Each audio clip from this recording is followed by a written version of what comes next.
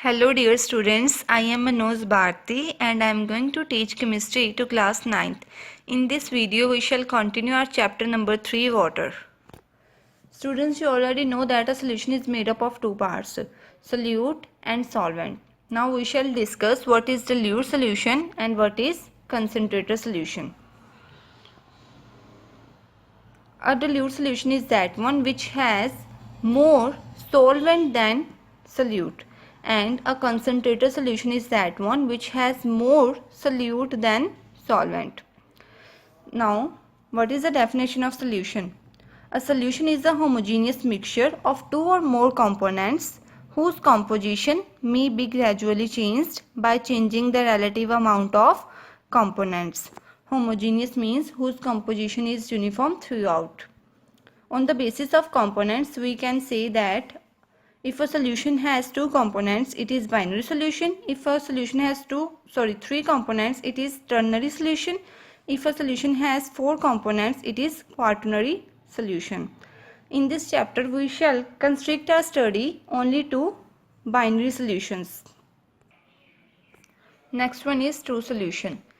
If the size of solute particles is 10 raised to power minus 10 meter, that is 1 Armstrong, then it is true solution. And the components of true solution cannot be separated by filtration.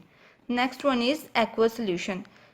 If in a solution the solvent is water, then it is regarded as aqueous solution. And if in a solution the solvent is alcohol, then it is called tincture.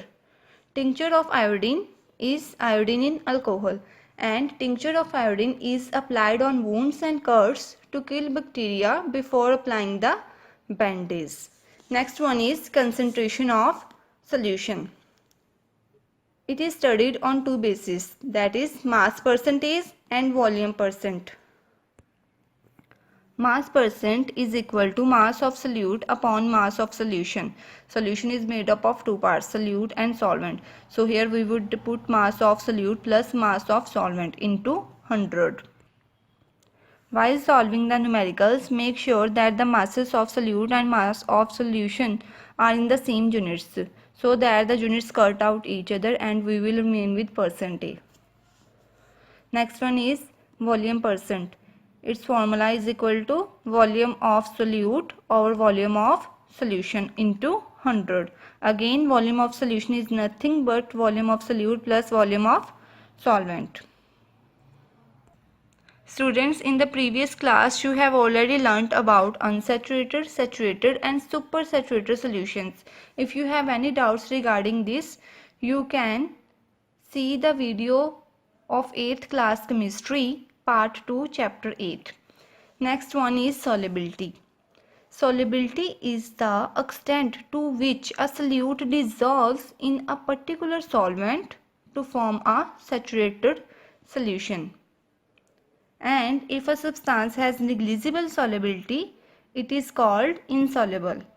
If a substance has more than negligible but less than high solubility, it is sparingly soluble. And if a substance has high solubility, it is soluble. Now we shall discuss the factors affecting solubility. First one is size of solute particles. Smaller the size of solute particles, greater the surface area exposed to the solvent, therefore greater the solubility. See, in these vessels there is a lump of sugar in water and there is the same lump divided into parts. Now, which one would dissolve faster? Yes, obviously, the part in which the sugar lump is divided into parts would dissolve easily, because here the size of solute particles is smaller and here therefore larger the surface area is exposed to the water.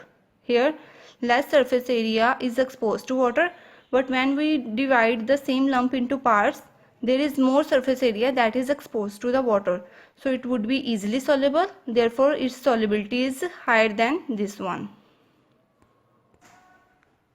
Second point is stirring. With stirring, the solubility increases as it brings more of the solvent in contact with the solute. So when you stir, there is more contact of solute and solvent, so the solubility increases. Next point is temperature.